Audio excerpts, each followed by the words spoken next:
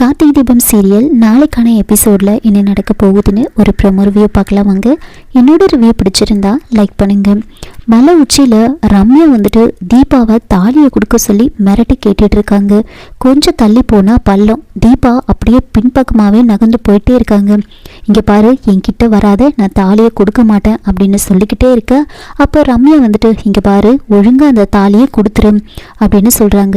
என் உயிரே போனாலும் இந்த தாலியை நான் கொடுக்க மாட்டேன் அப்படின்னு தீபா சொன்னதுமே ரம்யா வந்துட்டு அப்போ உன்னோட உயிர் போகட்டும் அப்படின்னு சொல்லி தீபாவை பள்ளத்தில் தள்ளி விடுறதுக்காக ரம்யா அப்படியே கையை தூக்கி தள்ளலான்னு போகிறாங்க.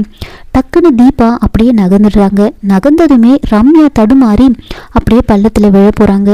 டக்குன்னு அம்மா வந்துட்டு தீபா வந்துட்டு ரம்யாவோட கையை வந்து பிடிச்சிடுவாங்க. கையை பிடிச்சிட்டு அம்மா அப்படியே மேலே ஏறி வா அப்படின்னு சொல்ல, அப்போது ரம்யா வந்துட்டு ஏய் இங்கே பாரு, நீ என்னை காப்பாற்றிலாம் நான் உயிர் போயிடுச்சேன்னு இருக்கக்கூடாது, ஒழுங்காக என் கையை விட்டுரு அப்படின்னு சொல்கிறாங்க.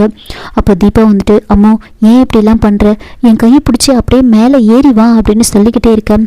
ரம்யா வந்துட்டு இங்கே பாரு, நான் ரம்யாடி செத்தாலும் கம்பீரமாக தான் சாவேன், ஒழுங்காக கையை விட்டுரு அப்படின்னு சொல்லி தீபாவோட கையை உதறி தள்ளிட்டு அப்படியே கீழே போய் விழுந்துடுறாங்க.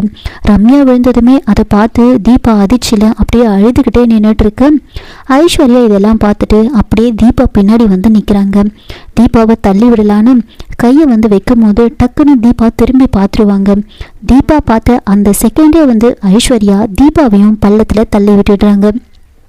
இதோட இந்த ப்ரோமோ வந்து முடிச்சிருக்காங்க. என்னோட ரிவ்யூ பிடிச்சிருந்தா லைக் பண்ணுங்கள், மறக்காமல் சப்ஸ்கிரைப் பண்ணுங்கள். தேங்க்யூ.